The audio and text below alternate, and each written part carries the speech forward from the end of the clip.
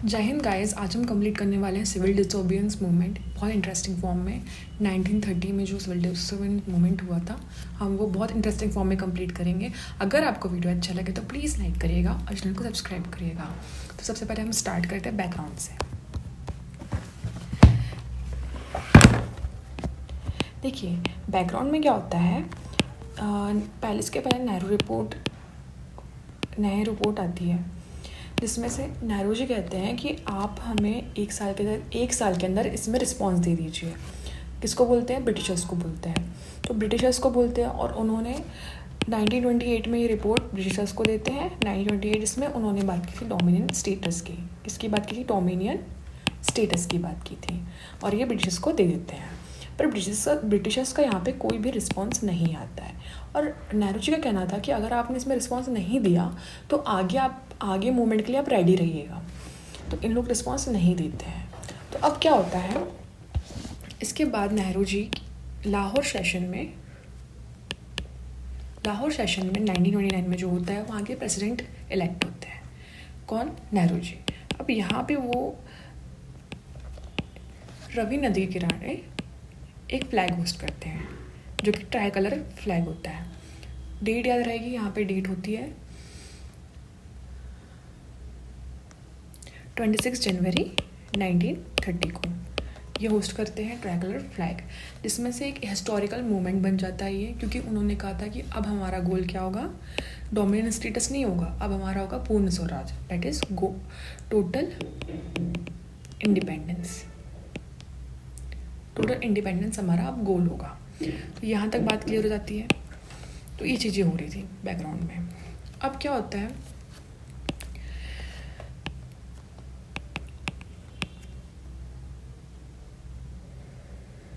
Gandhi ji INC के जो सारे मेंबर्स हैं वो गांधी जी के पास जाते हैं और गांधी जी को बोलते हैं आप जल्द से जल्द एक मूवमेंट स्टार्ट करिए। तो Gandhi ji civil disobedience movement के लिए रेडी रहते हैं। तो पहले सिविल डिसोबिडियंस मूवमेंट लॉन्च करने के पहले वो बैकग्राउंड देखते हैं कि भाई चल क्या रहा है, क्या समस्याएं आ रही है।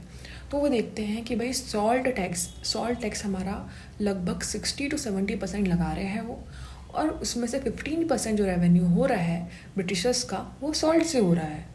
और सॉल्ट एक बेसिक नीड है, आप इसको इतना ज़्यादा टैक्स नहीं लगा सकते हो, उनका ये कहना होता है।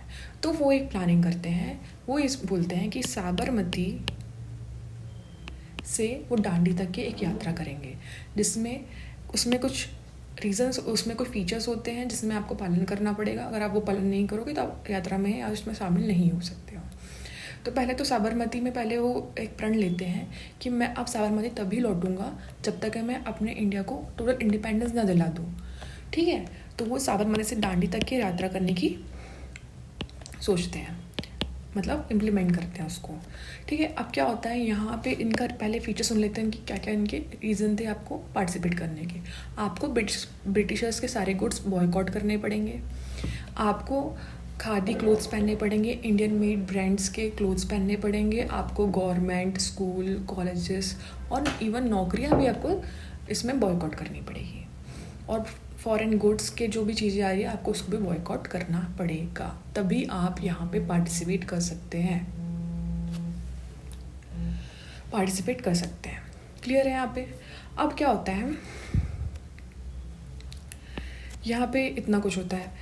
अब उसके बाद जब दांडी, ये लगभग कितने किलोमीटर की यात्रा होती है? ये होती है 390 किलोमीटर की ये यात्रा होती है।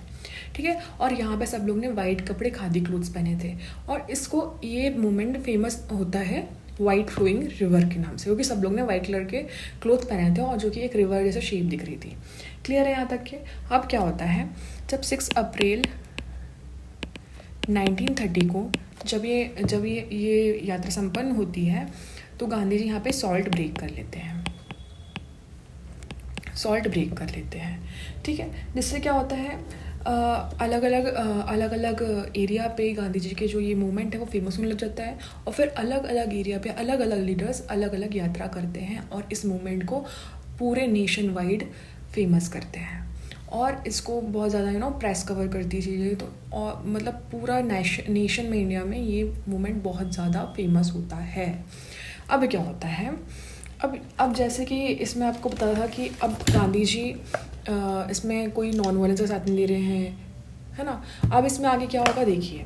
अब गांधी जी सोचते हैं कि अब इसके आगे हमें कुछ करना पड़ेगा। तो गांधी जी सोचते हैं कि अब वो धरासन के लिए वॉक करेंगे, धरासन में वॉक करेंगे और अगेंस्ट के लिए, और चीज़ें जो ब्रिटिश कर रहे हैं उनके अगेंस्ट के लिए। तो अब इसमें क्या होता है, बहुत सारे लीडर्स को यहाँ पे अरेस्ट कर लिया जाता है और गांधी जी को भी यहाँ पे अरेस्ट कर लिया जाता है। गांधी जी भी अरेस्ट हो जाते हैं इस चीज़ में।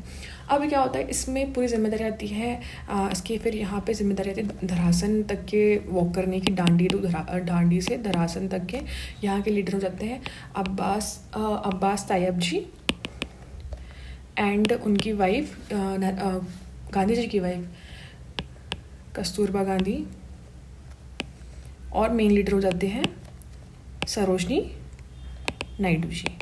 ये सब मूवमेंट को लीड करते हैं, ठीक है। यहाँ तक बात समझ में आ रही है आपको। अब उसके आगे क्या होता है कि ये सारे लोग को लगभग 60-70 हज़ार लोगों को तो जेल में ही डाल दिया जाता है। पर इसमें फिर ब्रिटिश समझ आता है कि भाई हमारे साथ अब इससे ज़्यादा हम कुछ नहीं कर सकते हैं, कुछ ना कुछ नतीजे पे आना पड़ेगा। लेकिन इसके पहले साइमन कमीशन जो आया था ना, उसमें क्या हुआ था कि उसमें कोई भी इंडियंस को लिया नहीं गया था। तो जिसके बाद फिर एक राउंड टेबल कॉन्फ्रेंस रखी गई थी, जिसमें से INC एक भी फर्स्ट राउंड टेबल कॉन्फ्रेंस में पार्टिसिपेट नहीं करती है। तो INC एक डोमिनेटिंग पार्टी थी जो कि पार्टिसिपेट नहीं कर रही है, तो इतने बड़े राउंड टेबल कॉन्फ्रेंस का फ़ायदा ही नहीं है। तो इस बात को मनवाने के लिए लॉर्ड इरविन जाते हैं गांधी जी के पास। फिर बोलते हैं गांधी जी प्लीज़ आप ये मूवमेंट को कम करवा दीजिए और शॉर्ट आउट कर लेंगे चीज़ें, आगे जो भी होगा देख लेंगे। तो फिर गांधी इरविन पैक्ट होता है यहाँ पे, गांधी इरविन पैक्ट, ठीक है। और यहाँ पे बात होती है कि ये मूवमेंट को ख़त्म करने की, क्योंकि इससे क्या होता है ना, ब्रिटिशर्स को बहुत बैकलैशेस मिलते हैं पूरे वर्ल्ड वाइड पे, ठीक है। क्योंकि उनके जो कारनामे आते हैं ना वो पूरे सामने जाते हैं लोगों के सामने, ठीक है। तो गांधी इरविन पैक्ट होता है जिसमें गांधी जी बोलते हैं ठीक है हम ये चीज़ें कम कर देंगे या ख़त्म कर देंगे, बट आप हमारी शर्तें मानिएगा, उसके बाद ही चीज़ें होगी। तो फिर इसके बाद सेकेंड राउंड टेबल कॉन्फ्रेंस पे गांधी जी पार्टिसिपेट करते हैं और INC के मेंबर्स भी पार्टिसिपेट करते हैं, ठीक है। अब हमने ये राउंड टेबल कॉन्फ्रेंस को हम किसी और वीडियो में बात करेंगे, पर और जो मेन मूवमेंट जो हो रहे थे अलग अलग जगह पे वो बात कर लेते हैं। जैसे कि एक नॉर्दर्न वेस्टर्न फ्रंटियर पे एक मूवमेंट लीड कर रहे थे कौन, फ्रंटियर गांधी, जिनका नाम फेमस हुआ था फ्रंटियर गांधी, जिनका नाम फेमस हुआ था। उनका असली नाम था खान अब्दुल गाफर खान लीड कर रहे थे। और फिर उस मूवमेंट का नाम था खुदाई खिदमतगार।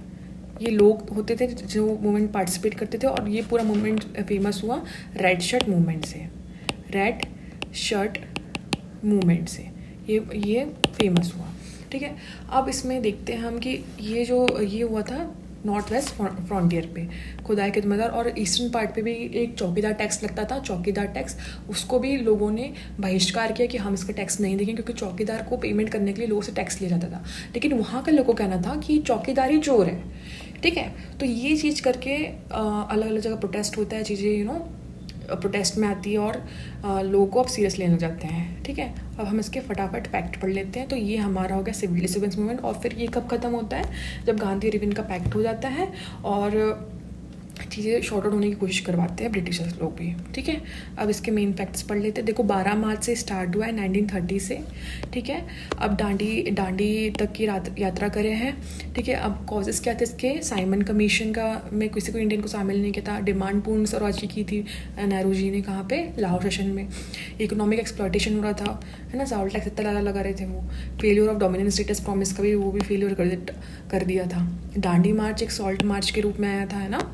12 मार्च को ये स्टार्ट हुआ था 930 पे, लगभग 240 माइल्स ट्रैवल हुआ था और सॉल्ट लॉ को ब्रेक कर दिया था गांधी जी ने।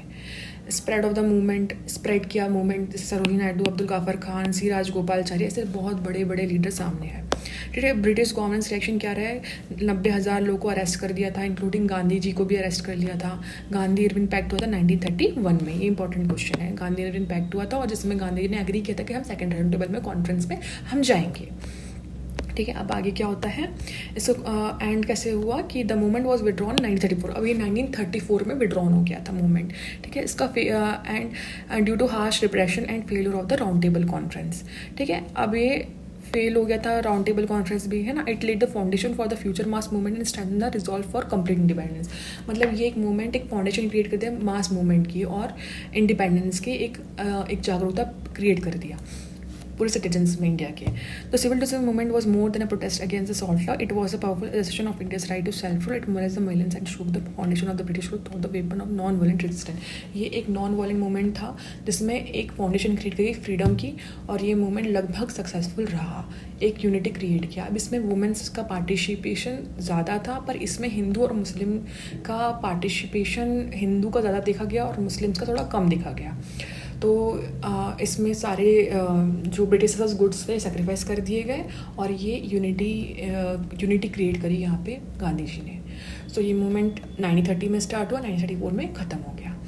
सो गाइस, आई होप कि आपको चीज़ें समझ में आई होगी। अगर आपको चीज़ें समझ में नहीं आई तो प्लीज़ उसे थोड़ा रिवाइंड करके देख लीजिएगा। और अगर आपको वीडियो अच्छा लगे तो प्लीज़ लाइक करिए, और आप मेरे चैनल को सपोर्ट करिए, क्योंकि मेरा भी न्यू चैनल है। अगर आप सपोर्ट करेंगे तो मुझे ग्रो होने में हेल्प मिलेगी। आई होप कि आपको समझ में आई होगी चीज़ें। Then thank you. जय हिंद।